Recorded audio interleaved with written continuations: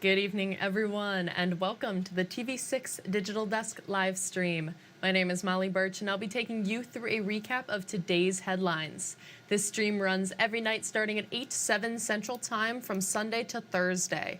Feel free to comment and ask any questions you have in the chat as you feel like it, and I'll do my best to answer those questions as we go and after the stream as well. With all of that business out of the way, let's take a look at our first story for tonight. We begin with a developing story. A man was taken to the hospital today after a two-vehicle crash in Gladstone. The crash happened around 2 this afternoon on US 2 and 41 near Delta Avenue. Gladstone Public Safety says a pickup truck hit a Suburban waiting to turn left. The driver of the Suburban wasn't hurt and left the scene after providing a police report. Neither vehicle had passengers. We will share more information when it becomes available. And the victim in last month's deadly Escanaba fire has been identified. Escanaba Public Safety officers say 52-year-old Randy Hughes died in the fire at 1011 Ludington Street. It started the morning of January 24th. The cause is still under investigation. Hughes' family was notified, and Escanaba Public Safety says no other details about Hughes will be shared. The mom of a teen who killed 4 students at a Lower Michigan high school more than 2 years ago was found guilty of all 4 counts of involuntary manslaughter today. The jury of 12 deliberated on Jennifer Crumbley's fate for more than 10 hours. The legal case tested the limits of who's responsible for a school shooting. In addition to the 4 students who died at Oxford High School November 30th, 2021, 6 students and a teacher were hurt. The prosecution says Crumbley is responsible because she was grossly negligent in giving a gun to her son Ethan, who was 15 at the time, and failing to get him proper mental health treatment despite the warning signs. She now faces up to 15 years in prison. Here's reaction from the dad of one of the victims. It was a long time coming, but it's definitely a step toward the accountability like what we've been talking about. It's kind of been our goal the whole time. It was tough to wait it out for sure. There was a lot of emotion back here and in the courtroom. It's definitely going to resonate with me for a while, and I hope that I'll be able to calm down and get some some sense of a good feeling, but it's not really a good feeling. Crumbley's husband James is set to go on trial on the same charges early next month. Their son Ethan was sentenced last year to life in prison without parole after pleading guilty to a count of terrorism causing death, 4 counts of murder, and 19 other charges. Country music icon Toby Keith is being remembered. He died yesterday at 62 after battling stomach cancer. We are looking back at the visit the singer-songwriter made to Marquette 27 years ago. It was a snowy day on May 16, 1997. Keith opened for Sawyer Brown at Lakeview Arena. That day, Keith also played in a basketball fundraiser at the Barriga Gym, supporting the construction of a new Marquette YMCA. Keith's hits included Should Have Been a Cowboy and Beer for My Horses. The Michigan DNR canceled its Becoming an Outdoors Woman winter weekend workshop this year.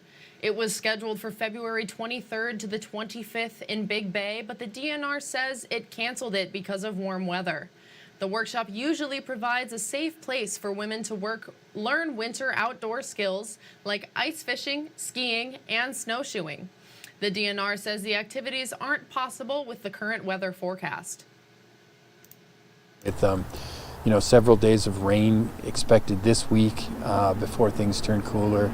The conditions are already diminished and deteriorated, so it's kind of difficult to go ahead and with any reliability that we'll have good conditions for the event.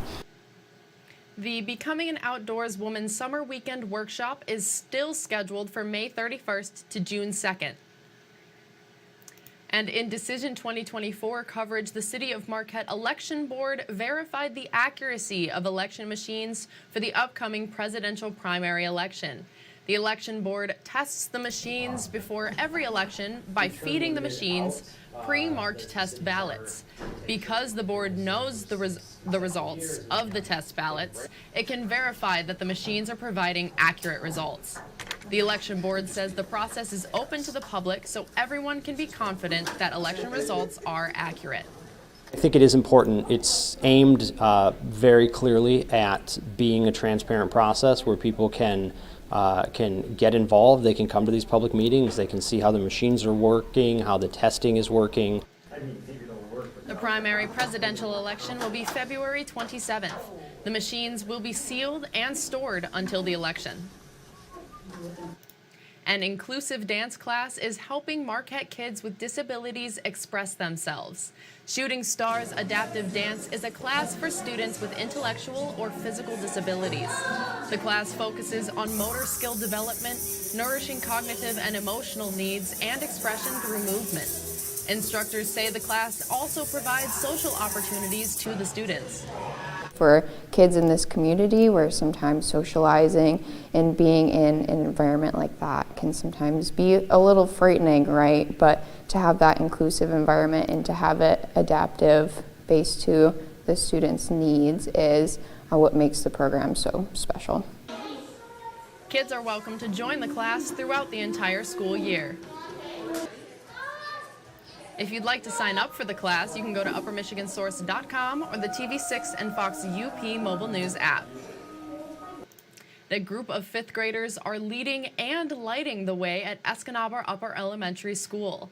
TV6's Escanaba Bureau reporter Barbara Bellinger asked a few students what they like most about being members of the school's Student Lighthouse Team.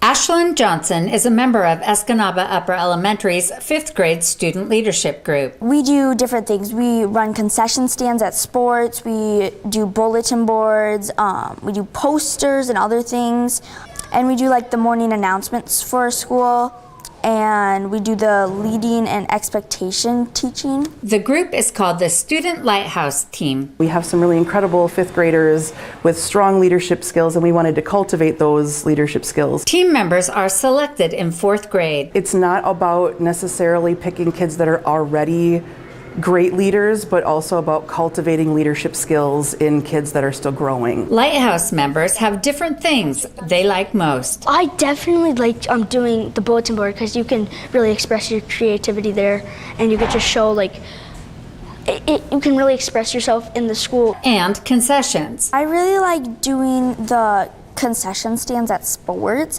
I've only done it once, but they try and balance it out if you want to, and I feel like it's really fun to get to interact with people. Perry says the program keeps growing. This is our 2nd year with the Student Lighthouse Team. The first year it was 30 incredible kids, and this year it was 43 incredible kids. And I think every year that we do it, it'll get bigger and better. One student says it's helped with her shyness. Barbara Bellinger, and be a leader. TV6 News, Escanaba.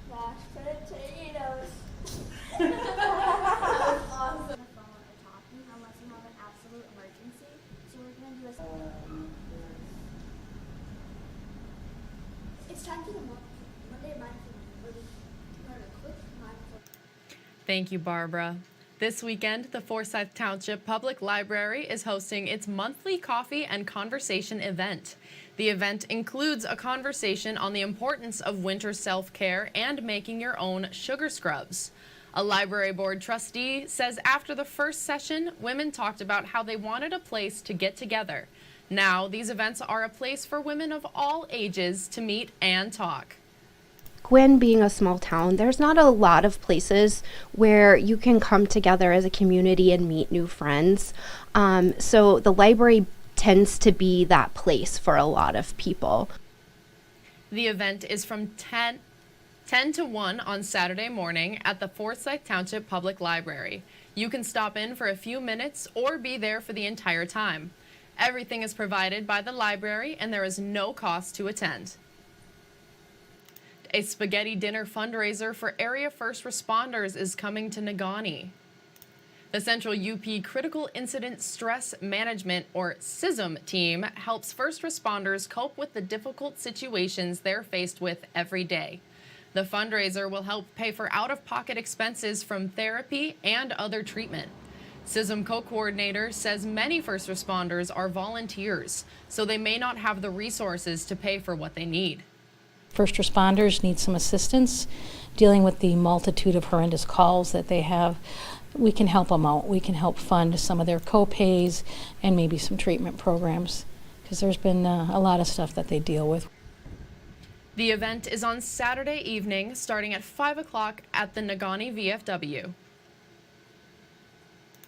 And that's all the stories we have for you tonight. Be sure to tune in tomorrow night, where I'll be here in the same place at the same time. That's 8/7 Central Time, with a recap of tomorrow's headlines. Don't forget, you can find us streaming on Facebook or YouTube, whichever platform you'd prefer. And if you have a story idea you think we should report on, feel free to contact us at any time. These are a few easy ways to get a hold of both myself and others in the newsroom. And again, you can contact us at any time. We would love to hear from you and what's happening in your community. Thank you all again for joining me live at the TV6 Digital Desk. Have a great rest of your night.